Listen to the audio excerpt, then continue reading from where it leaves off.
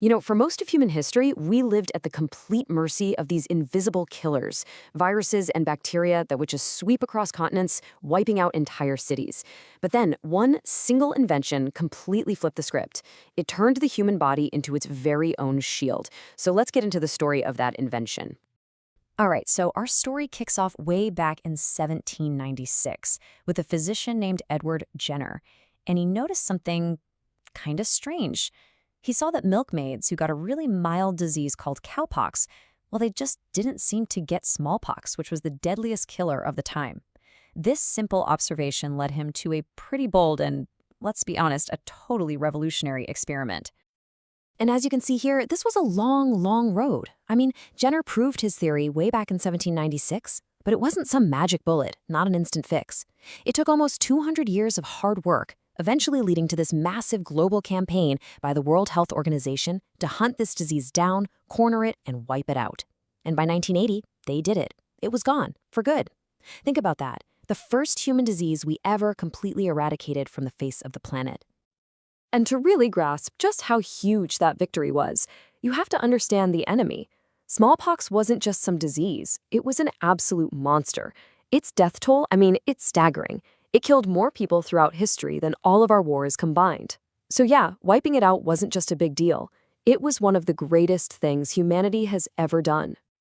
So how does this work? How did one idea become so powerful? Well, here's the key thing to get. A vaccine isn't like a medicine that goes in and fights the disease for you. Not at all. It's more like a training camp. A brilliant bit of biological training that teaches your body's own defenses how to win the fight long before the real battle even starts. It really all comes down to one core concept: immune memory. See, your immune system is this incredible learning machine. The first time it sees a threat, it might be slow, but it learns. It creates a memory of that invader. What a vaccine does is give your body a safe first look. It's a controlled introduction, so your body can build up all those memories without you ever having to get sick. And that preparation, that's everything. And the really cool part is how we do this. It's not just one method. Scientists have developed this whole toolkit, right? Different approaches for different germs. Some vaccines use a live version of the virus, but it's been weakened, so it can't hurt you. Others use a version that's been killed completely. Some just use little tiny pieces, fragments of the pathogen. And then you have the newer stuff, like mRNA, which is really clever. It basically gives your cells the recipe to make a harmless little piece of the virus just so your immune system has something to practice on. So you see, no matter which method they use, the goal is always the same. It's about giving your immune system a safe sparring partner. It's a full dress rehearsal before the main event. That way, when the real, dangerous pathogen shows up, your body isn't caught off guard. It knows exactly what to do and can shut it down instantly. And the results of this whole strategy? They've been nothing short of civilization altering. Seriously. By using this simple principle, we've taken these diseases that used to kill or cripple millions of people and basically turned them into medical footnotes, things you just read about in history books. Just take a look at this list. Polio, a disease that paralyzed hundreds of thousands of kids every single year. Measles, a super common and often deadly childhood illness. Tetanus, diphtheria, whooping cough.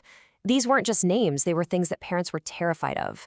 And because of vaccination programs, children who once faced these terrifying odds now get to survive and thrive. Our entire global life expectancy just skyrocket. Okay, this chart from measles in the US really paints a picture. Check this out. Before the vaccine, you're looking at over 750,000 cases a year. It was just a fact of life. Then the vaccine comes along, and look what happens. The number just plummets to almost zero. Today, we're talking less than 150 cases a year typically. The impact is, well, it's right there. It's just undeniable. But, and this is really important, this doesn't mean the fight is completely over. This quote from the World Health Organization about polio is a really critical reminder. Even when you have a disease right on the brink of being wiped out, you have to stay vigilant. Because as long as that virus exists anywhere in the world, it's a threat everywhere. And that's why this global cooperative effort is still so incredibly important. Okay, so the power of vaccines goes way beyond just protecting you or me as individuals. They actually form this silent, invisible shield that our entire modern world is built on. They're a guardian for all of us, for whole communities. And how do they do that? Well, it's through this concept you've probably heard of called herd immunity. The idea is pretty simple. When enough people in a community are immune, it's like building fire breaks in a forest. The disease just can't find anyone to jump to, so it dies out. And this is so important because it protects the most vulnerable people in our society, like newborn babies who are too young for their shots, or people with weak immune systems who can't get vaccinated. Now, you might hear people talk about two ways to get to this herd immunity, but let's be crystal clear. They are not equal, not even close.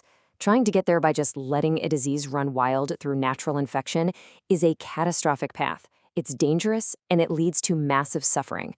We saw a real-world example during the COVID-19 pandemic. Sweden, for instance, had over 10 times the death rate of its neighbor, Norway.